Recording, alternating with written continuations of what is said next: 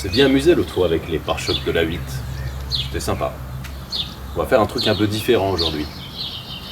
Et si je me sers de la Caprice comme banc, c'est déjà parce que c'est un bon banc.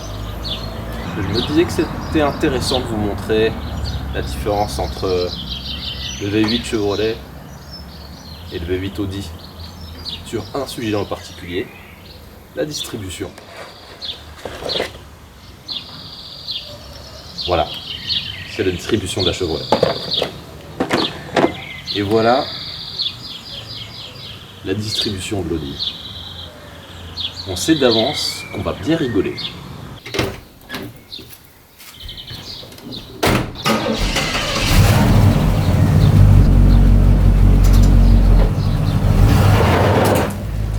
Une fois le chemin dégagé, on peut insérer l'Audi dans le garage en espérant qu'elle ne squatte pas trop longtemps. Ce serait mauvais signe. Sur ce modèle, il y a deux méthodes qui s'affrontent. Les partisans du démontage minimum et les autres, qui préfèrent avoir le meilleur accès possible.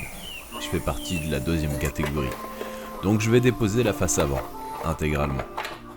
Au final, à part quelques subtilités, il faut admettre que ça se fait plutôt bien.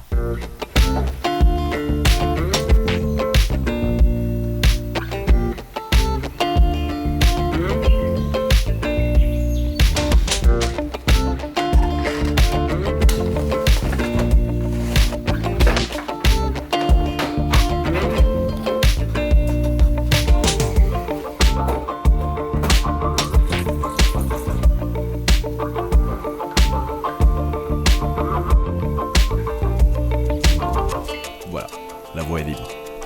Ce qui nous révèle la première surprise.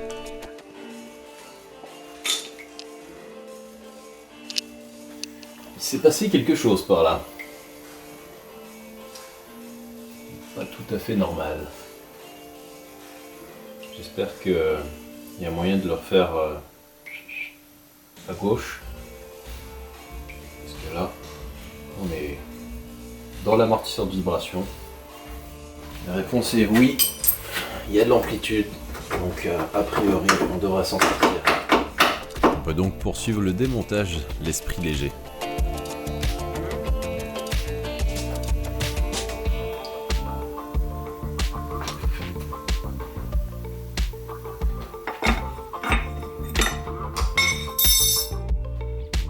Le viscocoupleur a un peu lutté, comme d'habitude.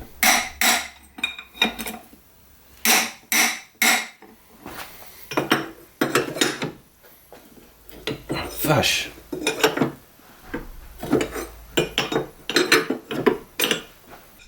Je vais pouvoir déposer la poulie et la courroie d'accessoires.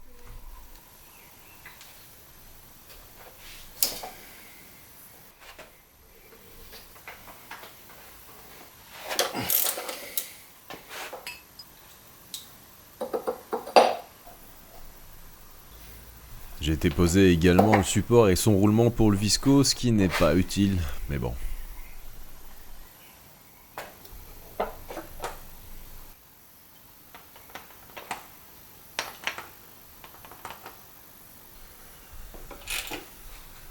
C'est le moment de mettre en place l'outil de blocage gentiment prêté par le membre du forum Audi Collection à qui j'ai vendu l'intérieur de la 8 anglaise.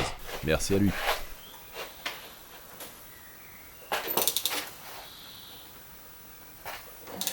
Ça nous permet de desserrer la vis de poulie de vilebrequin sans forcer sur les pièces sensibles et surtout sans trop galérer.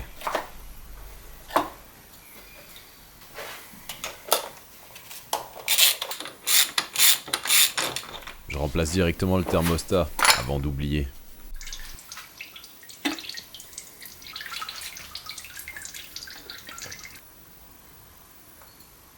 Je me suis mis au repère du PMH et je détends la courroie via le tendeur hydraulique qui amortit également les vibrations de fonctionnement.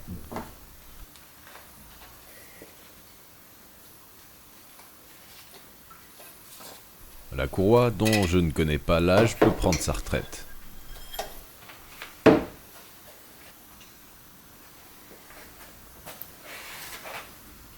Bah, la pompe à eau d'origine. Elle, c'est plus facile de savoir de quand elle date vu qu'il y a l'année marquée dessus. Elle est encore en super état, hein. Aucune fuite, pas de jeu, roulement silencieux au possible. Je revisse la poulie de vilebrequin sur le pignon pour pouvoir l'extraire facilement. Je vais pouvoir remplacer le joint spi placé juste derrière.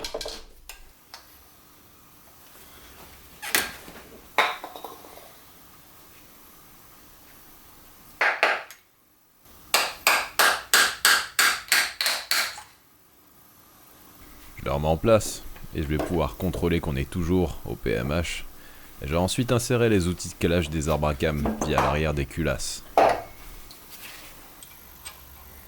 Les poulies avant n'ont pas coopéré tout de suite, mais ça a fini par le faire.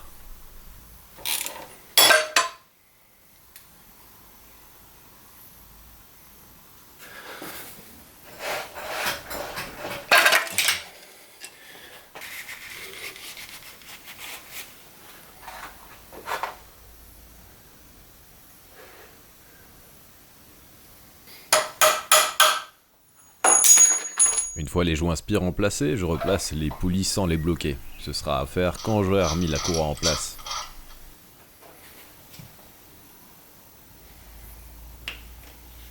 Je remplace le tendeur de distribution sans oublier son roulement.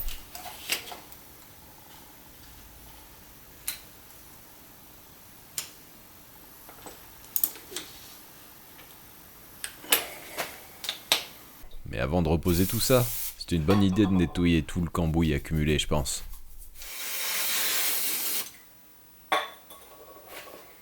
Et c'est là où je me suis moi-même impressionné par ma propre stupidité au moment de remonter ces pièces. J'ai perdu beaucoup de temps là-dessus. Au moins 3 heures. Oui, impossible d'obtenir la longueur de tendeur préconisée.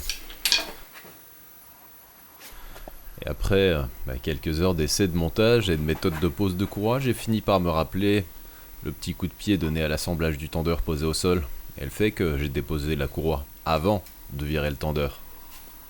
Ouais, j'ai monté la partie roulement du tendeur à l'envers.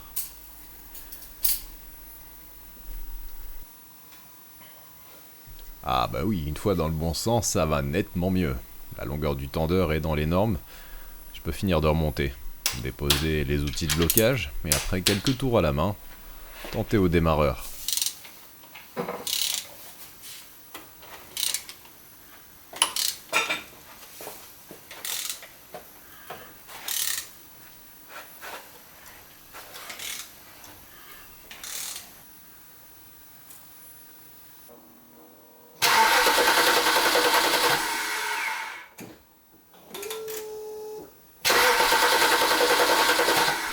Après ça, rebrancher les bobines pour vérifier que ça tourne bien.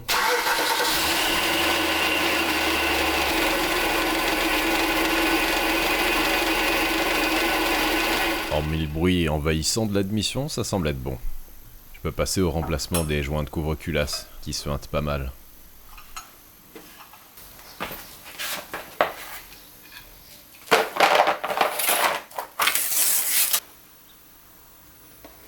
Et une petite séance de gymnastique pour pouvoir déposer et reposer les pièces, mais dans l'ensemble, ça va pas mal.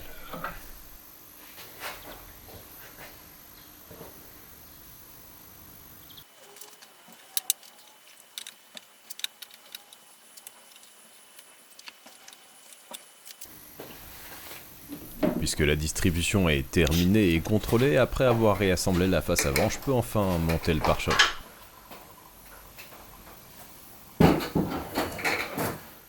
Je ressens une certaine forme de soulagement au moment de monter le système de lave-phare. Tout s'aligne correctement. Lors de l'épisode précédent, vous m'aviez vu percer les emplacements pour ces buses, et j'ai montré à diverses reprises que je suis pas à l'abri de commettre une erreur.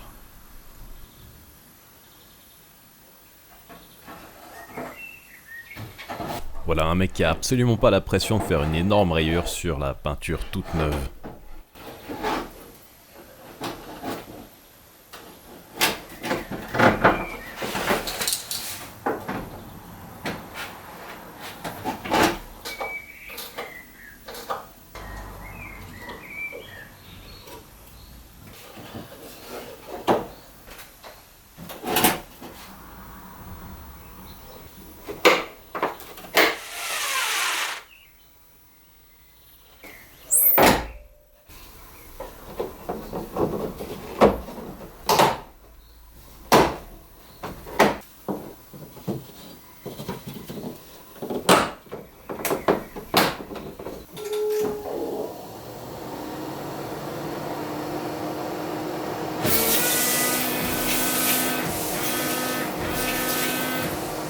peux vérifier que le système fonctionne bien maintenant.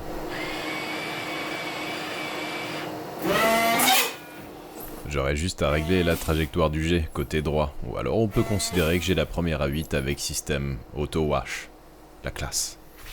C'est spécial. Je passe maintenant au pare-choc arrière. Bon, pas de difficulté.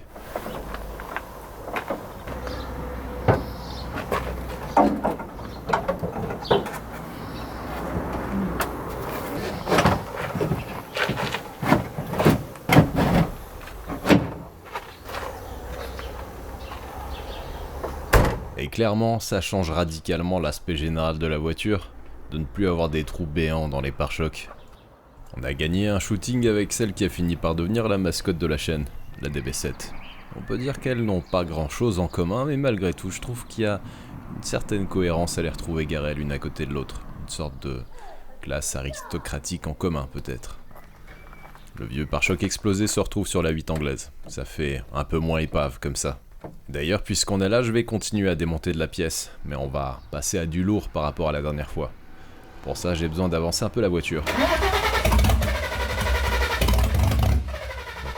Dommage, panne d'essence.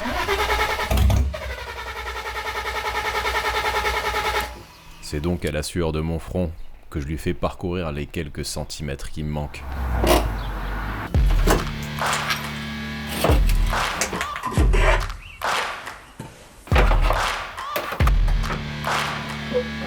Oh, la face avant est vite déposée, je commence à avoir l'habitude.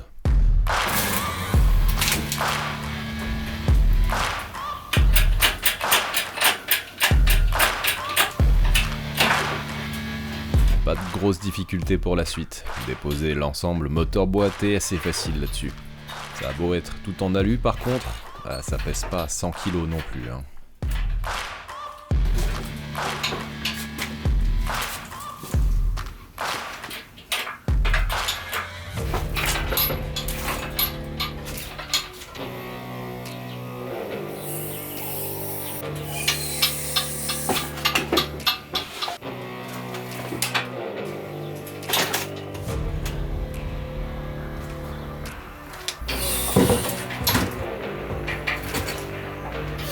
Quelqu'un m'a demandé la boîte, donc je vais la séparer du reste et mettre le convertisseur de côté.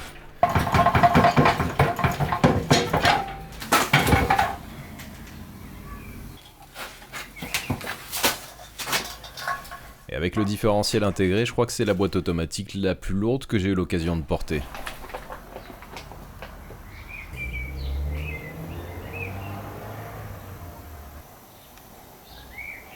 Voilà. Une petite demi-journée de passer sur le chantier le plus lourd du démontage de l'anglaise. Et le reste, pas sûr que ça me serve beaucoup. Voilà pourquoi. J'avais déjà acheté une donneuse, mais c'est pas suffisant. Enfin, c'est pas suffisant. J'ai pas envie d'utiliser toutes les pièces de la donneuse, parce que certaines, les passer de blanc à bleu partout, c'est vraiment pénible. Et il me manquait 2-3 autres trucs qui n'étaient pas vraiment compatibles, donc on va aller voir Lionel aujourd'hui qui m'a proposé un lot de pièces à un prix défiant toute concurrence. On en a pour un peu moins de 5 heures de trajet encore. Lionel, c'est un fou furieux de la pièce auto. Il en a plein son terrain, qui est pas forcément adapté à ce genre de pratique vu sa configuration particulière. Ce qui donne à l'endroit un cachet tout particulier. Vous comprendrez quand on y sera. Je dirais qu'on a de la chance, on va avoir une belle journée pour rouler.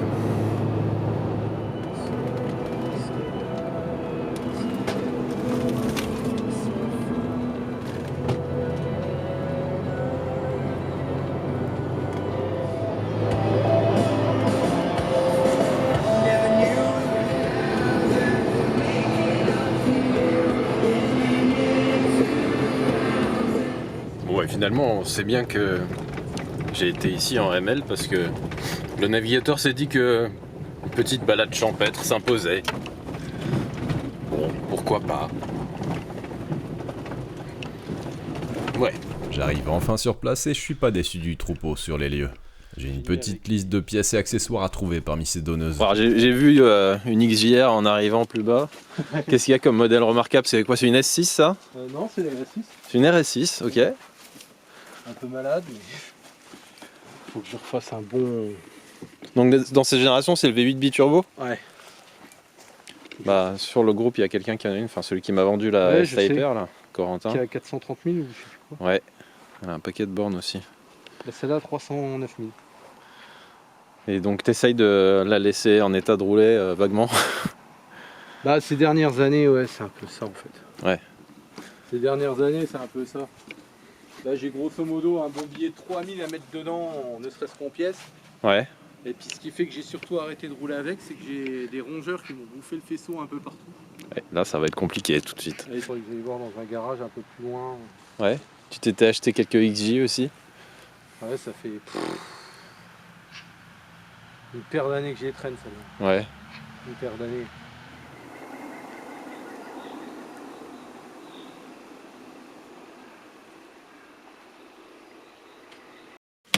Au moins ceux-là ils se pèteront peut-être pas. Non, ils se pètent pas, ceux-là. Parce que la vache, les autres. Ils sont solides. Alors ici c'est déjà démonté, je pense que là-dedans je peux retrouver le. Ouais, doit être dedans. Ouais. Et après quelques fouilles archéologiques, on trouve tout ce dont j'avais besoin. Après le plastique, Non, c'est pas dessus. Faire la résistance encore? Lionel essaye de me démonter une attache de ceinture qui n'a pas très envie de coopérer. Ça peut servir des fois. Non, tes 45 étaient trop petits pour le faire. Ouais. Putain, ça tape aujourd'hui, c'est un truc de fou. Je vais virer les trucs. Ça, j'adore. J'ai failli en acheter une, mais bon, elle était couleur champagne anglaise et je la sentais mal. C'est sans doute bien que je l'ai pas achetée finalement. Elle est sympa cette couleur d'ailleurs. Ouais. Marron. Qui vire un peu au violet quand il y a vraiment beaucoup de soleil. J'imagine que quand il fait sombre, elle doit paraître presque noire. Elle est noire quand il fait sombre. Ouais. La magie, il y a des peintures nacrées. Là, on est presque dans une D3 par contre. Dans les dernières années, ça commence à ressembler à de l'Audi vraiment moderne, je trouve. Là, toutes celles à partir de 2001, tu as un nouveau sélecteur de vitesse avec le D et le S au lieu d'avoir les positions. Ouais. Et le centre de volant qui est chromé. Mm. Et puis les compteurs aussi qui sont chromés dans le tour. Ouais, très sympa. Puis pour le coup, ce genre de coloris à l'intérieur, ça doit pas être courant. Hein. Non. C'est que du Audi exclusive. Donc il y en a eu certaines qui ont eu ce coloris. Ouais. J'en ai connu une à vendre à l'époque, avant de chercher celle-là, une châssis long qui est un vert un peu comme les All Road. Ouais. Qui a du coup la même combinaison de couleurs au niveau du beige. Par contre ici c'est du vert foncé. C'est ton moteur de ventilateur qui tourne tout seul avec le soleil. Ouais, j'ai la même chose sur la suite. C'est assez marrant quand on n'est pas prêt d'en revoir de ces moteurs. Hein. Non. Surtout que dans la D3, ça va être compliqué. Il va y en avoir plus beaucoup qui vont rouler par la suite. Parce que si les mecs ils connaissent pas la combine comme moi pour le coup du filtre à huile. À la prochaine. À la Toi, prochaine. du coup, tu pars en Finlande? Ouais. Bah alors bonne chance. Le passeport est arrivé aujourd'hui. C'est prêt. J'aurai quelques petits trucs. Et... Bonne chance là-bas alors. Hein. Et puis un de ces quatre, on sait pas. Ça marche, ouais. À bientôt Lionel. À bientôt. Après un dernier coup d'œil aux champs d'ancêtres en souffrance qui ont désormais pris l'aspect de boîte de conserve, je reprends la route pour les longues heures de trajet retour.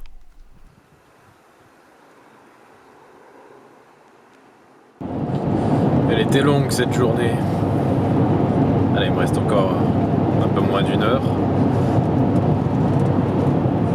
Et c'est sympa de finir le trajet dans ces montagnes. C'est assez joli. On est sur le plateau d'Hauteville.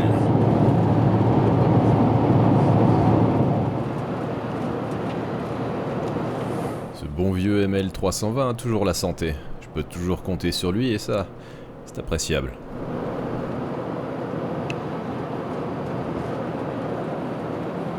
Bon bah bonne nuit hein. J'ai déjà fait mieux, j'ai déjà fait pire.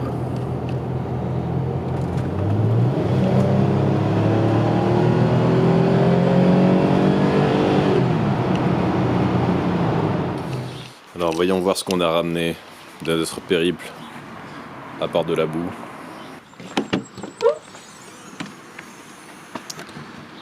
Alors sur les montants de porte, puisque sur ces A8, Audi en général, on peut démonter les panneaux de porte et les montants de façon indépendante, ce qui est parfois pratique, parfois pénible. Donc j'ai pris celui à l'arrière droit parce que cette partie-là, si je me trompe pas, sur notre A8 bleu, elle est boursouflée.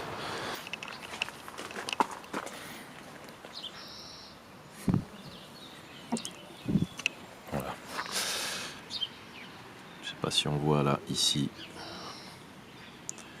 Voilà. Il faudra bien que je récupère ma vitre parce que celle-ci elle est complètement délaminée sur les côtés. Ce qui serait dommage. On a aussi les 4 portes, enfin les panneaux en tout cas. Normalement, elles n'ont pas de coup, ou quasiment aucun coup, ou alors des déformations que je pourrais corriger avec une légère couche de mastic. On a une aile avant droite qui a des légers coups aussi, surtout des grosses rayures. En fait, donc les portes, pour rappel, j'ai choisi de les remplacer par celle-ci plutôt que celle de la blanche parce que comme ça, j'aurais pas à repeindre les intérieurs de porte, qui est un vrai calvaire à faire. Parce que vous vous imaginez bien, avec des sections comme ça, qu'à poncer, à préparer, c'est horrible à faire. Donc on n'a pas que ça, on a aussi un couvercle de malle, puisque celui de notre A8 bleu, il est bien déformé sur le dessus, il a quand même des grosses bosses. J'ai récupéré un triangle parce que je sais plus si j'en ai un. On a aussi un rare accoudoir, enfin rare je sais pas, mais c'est pas si évident que ça à trouver, j'ai trouvé. Un accoudoir de phase 2 qui lui ne va pas se casser, puis est plus utilisable on va dire. Un volant de rechange. Mais lui, en fait, on va pas l'utiliser parce que je vois que la couture a tourné, enfin a été tournée, et ça annonce rien de bon. Mais j'ai par contre le contacteur tournant et l'airbag, et en dessous de mes déchets d'hier, on a aussi un autoradio de phase 1 que je pourrais monter cette fois, pas comme l'autre. Voilà. Donc on a de quoi s'occuper en termes de peinture par contre, parce que évidemment je vais pas les remonter dans cet état.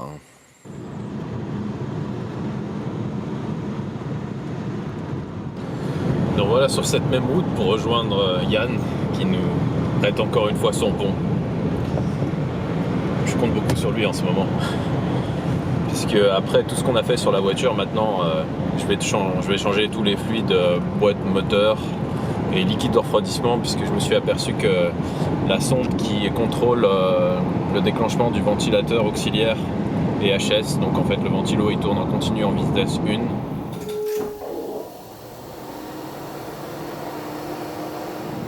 Je vais tout revider et remettre du liquide neuf. J'espère que ça ira vite en tout cas, surtout pour l'emplissage de la boîte, c'est toujours pénible à faire ces histoires. Faut faire le débordement à une température précise, etc. On va voir. En attendant, j'ai de la chance, il fait beau, la voiture est agréable et surtout j'en profite pour une des premières fois parce que déjà j'ai jamais fait de grand trajet comme celui d'aujourd'hui et ouais, j'ai très peu roulé avec la voiture, donc je découvre.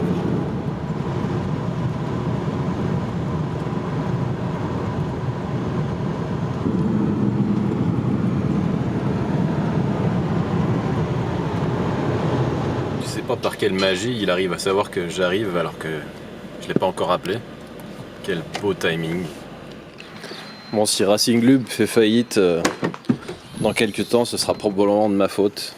Parce qu'à chaque fois que je les sollicite, je leur demande de m'envoyer des quantités astronomiques d'huile. Au programme de l'ATF 100% synthétique pour la boîte, du liquide de refroidissement de qualité et une huile moteur avec des dessins de cylindres aspergés d'une huile qui pourrait me donner soif tellement elle a l'air appétissante. Merci à vous les gars, vous croyez en moi, j'espère que ça va le faire. Donc pour les autres qui suivaient la chaîne, n'hésitez pas à commander chez eux. Je pense que ça justifiera qu'ils aient pris le risque de me soutenir. Bon allez, vidange moteur.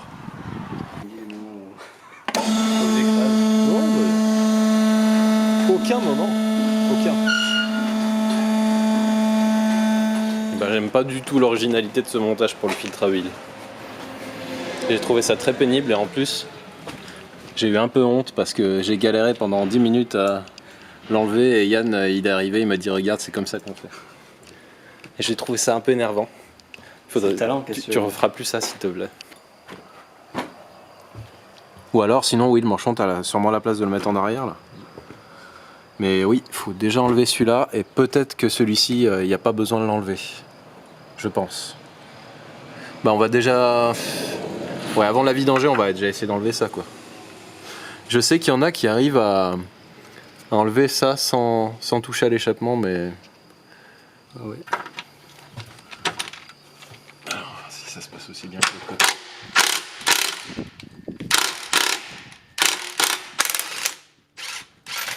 Voilà, c'est beau. Et voilà. Tu veux finir par m'en acheter? Voilà, Yann m'a encore montré comment faire de la mécanique. Moi, j'arrivais pas à enlever ce carter à la con. Et puis... Maintenant que tu as vu comment on l'enlève, je te laisse le remettre. Ouais, et je crois quand même qu'on l'a fait à deux parce que ça passait peut-être pas sans tirer un peu sur le collecteur. Mais bon, le résultat est là. C'est sorti. Je pense que c'est la première fois que le carter est déposé. À la vidange, on a vu qu'il y avait franchement pas grand chose dans cette boîte. Donc, à mon avis, pas de quoi remplir le carter qui est là. À part un accès plutôt compliqué au thermocontact fautif, le reste s'est passé sans encombre et je profite d'une boîte bien plus agréable maintenant qu'elle est remplie de la bonne quantité d'huile.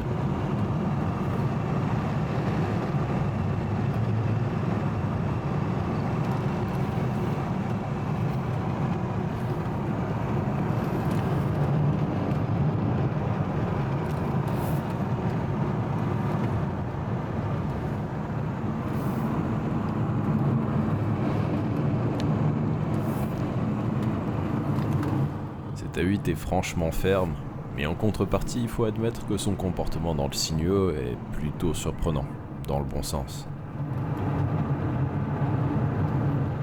Maintenant qu'on a a priori une voiture fiable, je vais pouvoir m'attaquer à quelques détails, notamment m'atteler à rendre l'habitacle plus agréable. Je commence par remplacer les vieux accoudoirs cassés par celui de phase 2, rapatrié quelques jours plus tôt. On passe à la saga concernant l'autoradio. Avant d'acheter celui de Lionel qui correspond bien à l'année de la voiture, j'ai tenté celui de la donneuse anglaise. Déjà, il a fallu virer les cales qui étaient là pour intégrer les autoradios au format DIN. Regardez, je remplace un autoradio. C'est si simple. La voiture bien construite, démontage pénible.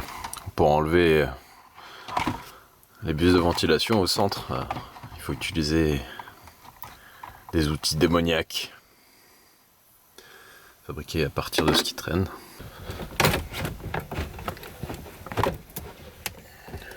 Et ensuite, je me suis rendu compte que les postes Audi plus récents ne fonctionnent qu'en mono sur ma voiture. Et oui, les voies à l'arrière notamment ne sont pas câblées comme sur des installations classiques, ça passe par le CAN, et j'ai eu beau tenter de récupérer le signal côté commande de clim, c'est resté introuvable. Heureusement que j'ai pu récupérer un bon vieux poste Delta qui va bien sur les A8 des premières années. Je profite enfin d'un autoradio qui arrive à passer le son autrement qu'en mono et je remets en place quelques pièces qui manquaient. C'est du détail mais ça compte.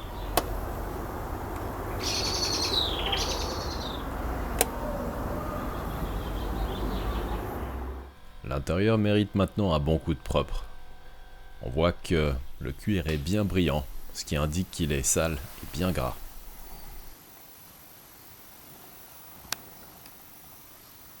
Vous voyez, le dossier nettoyé est mat maintenant.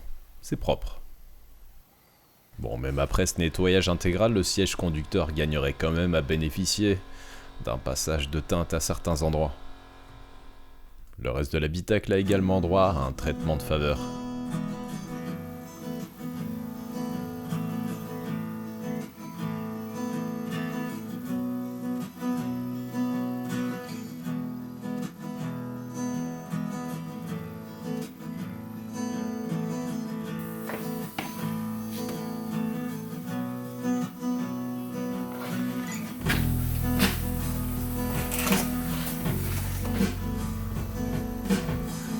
des trucs de renverser dans la voiture, mais ça fait tâche, littéralement.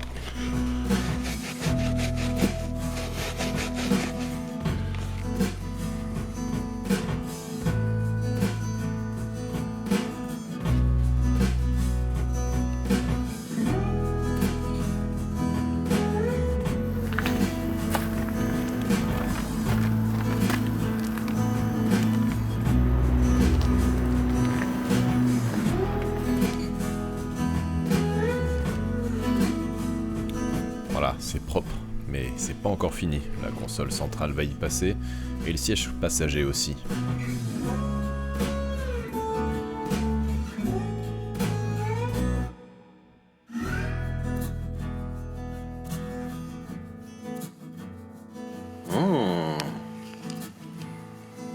Café.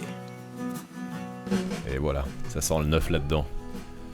Et à part quelques détails, pas grand chose ne trahit l'âge de la voiture, je trouve.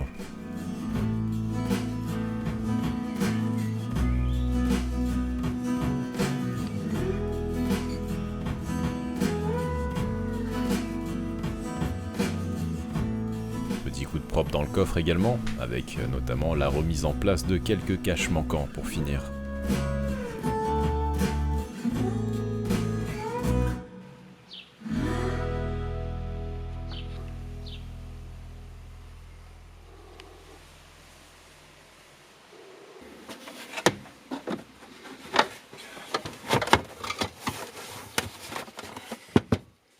Bon bah voilà, on peut dire que la 8 a subi l'épreuve du feu. Ce week-end, le week-end dernier, on a fait 1300 km avec sur 2 jours. Et franchement, mécaniquement, rien à redire. Si ce n'est peut-être que le compresseur de clim a tendance à forcer un petit peu. J'ai l'impression qu'il est toujours en phase de démarrage quasiment, donc à mon avis, il doit plus y avoir assez de gaz dans le circuit. J'irai faire une recharge. Je me suis rendu compte aussi, après être arrivé évidemment, au bout de ce périple, que j'avais perdu un morceau. Bon, personne ne m'a embêté avec ça, heureusement pour moi. Désolé pour les radars qui flasheraient par l'arrière. Je leur ai peut-être empêché de faire leur boulot. Non, sinon c'était agréable. À noter donc s'il y a un autre souci mécanique dont j'avais déjà connaissance, mais qui s'avère quand même un peu pénible à l'usage, c'est qu'il y a un point dur sur la direction lors des virages à droite.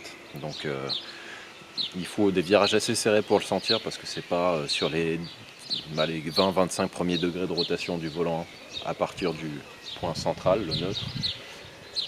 J'imagine que ça vient de la crémaillère, donc si je veux résoudre ça, il y a de grandes chances qu'à un moment donné, je doive la remplacer.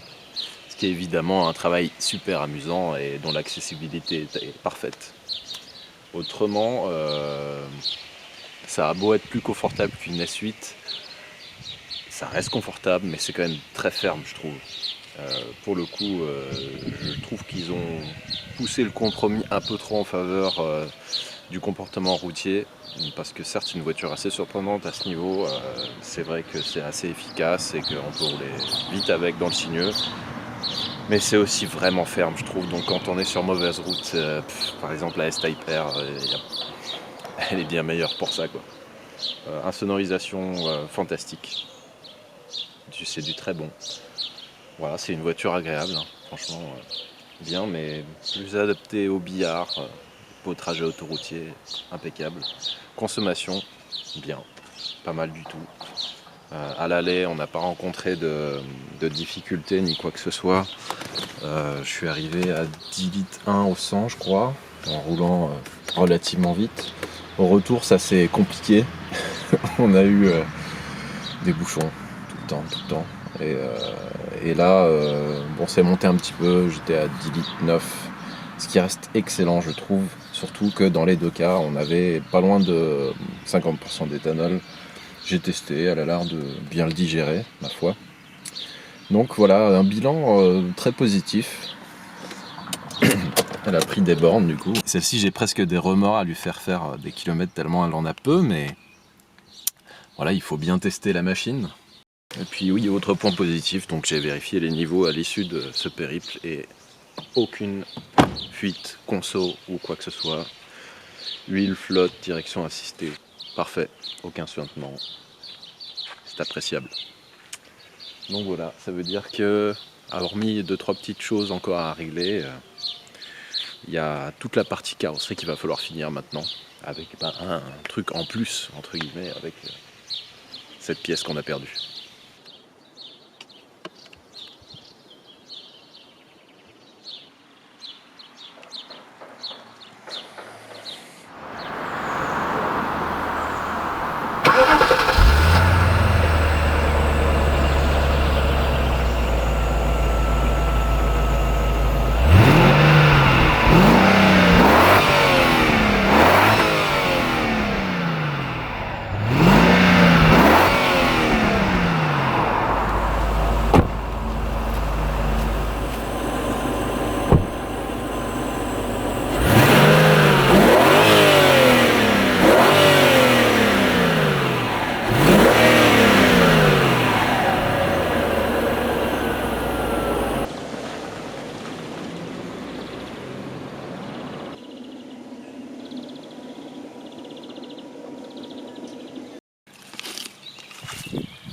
Je sais pas pour vous, mais 2 épisodes à la suite d'Audi, ça commence à faire beaucoup. On passerait pas à autre chose pour un temps avant de rattaquer les petits trucs de carrosserie qu'il y avait à faire? Alors, à la prochaine. Ciao.